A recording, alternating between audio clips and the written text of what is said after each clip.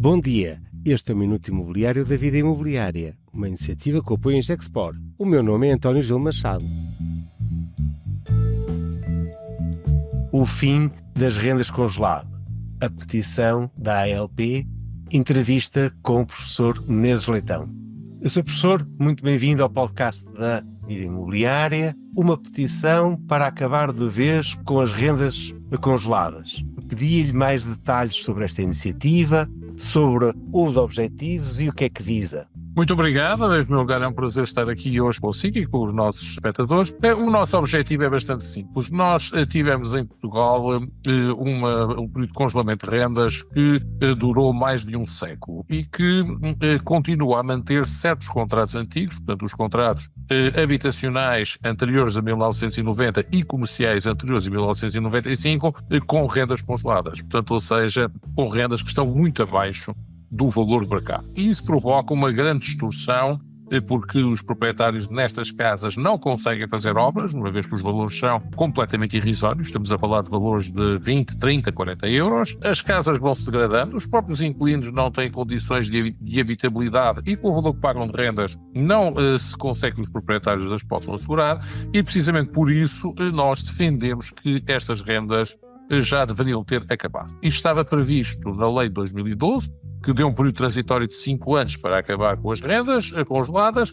A verdade é que quando veio o governo de António Costa, decidiu sucessivamente prorrogar esse prazo e depois, no fim, acabou mesmo por dizer que não descongelava as rendas. E isto foi uma grande injustiça para os proprietários e uma grande lesão das suas expectativas. Nós tínhamos esperança que o atual governo revertesse esta decisão e continuasse a permitir que as rendas congeladas passassem a pagar valores próximos do mercado, ainda que atribuindo um subsídio aos inquilinos, como temos sempre previsto desde 2015.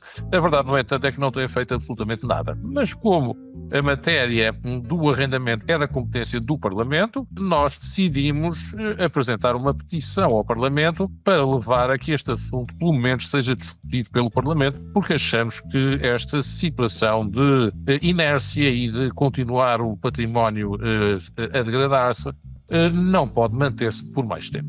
Neste momento, esta realidade das rendas antigas já afeta um número, cada vez mais reduzido de contratos e por isso também poderá ser politicamente mais fácil assumir esse compromisso ou ainda estamos a falar de um grande número de contratos? Ainda estamos a falar de um grande número de contratos. Há uns anos tinha-se feito uma estimativa de 400 mil contratos. Desde então, nós acreditamos que terão baixado para cerca de 150 mil. Mas não é um valor reduzido, porque ainda tem grande impacto no âmbito dos senhorios.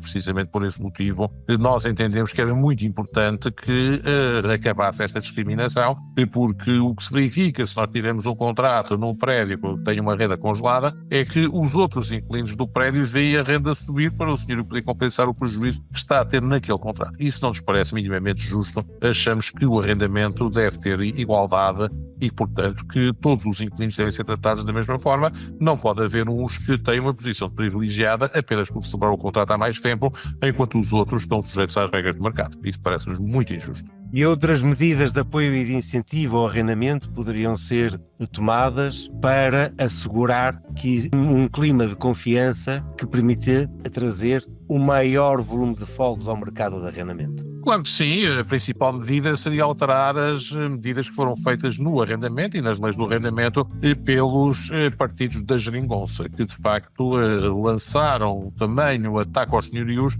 e que praticamente levaram a que muitas pessoas quisessem deixar de ser senhorios e, portanto, tivessem retirado as casas do mercado de arrendamento. Precisamente por isso é necessário voltar a devolver confiança aos proprietários e para isso é necessário reverter todas as alterações que foram feitas no arrendamento, principalmente as de 2019, que são muito gravosas. Para além disso, naturalmente que seria interessante haver uma baixa da tributação sobre o arrendamento, porque nós temos uma série de impostos sobre o imobiliário, o IRS sobre as rendas, o IMI, o AIMI. Este último, então, um imposto totalmente ideológico, devia ser imediatamente extinto. E é isso que temos feito sentir nesta, porque nos parece muito importante que, de facto, se também crie uma fiscalidade que seja amiga do arrendamento.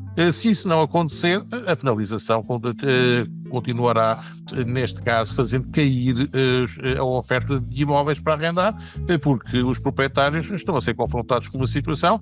Primeiro, a tributação é muito elevada e, segundo, as consequências de colocar um imóvel no mercado são draconianas face à proteção injustificada que a lei confere aos inquilinos neste momento. Recordo todos os nossos ouvintes que a ALP é parceira da primeira hora da Semana da Reabilitação Urbana.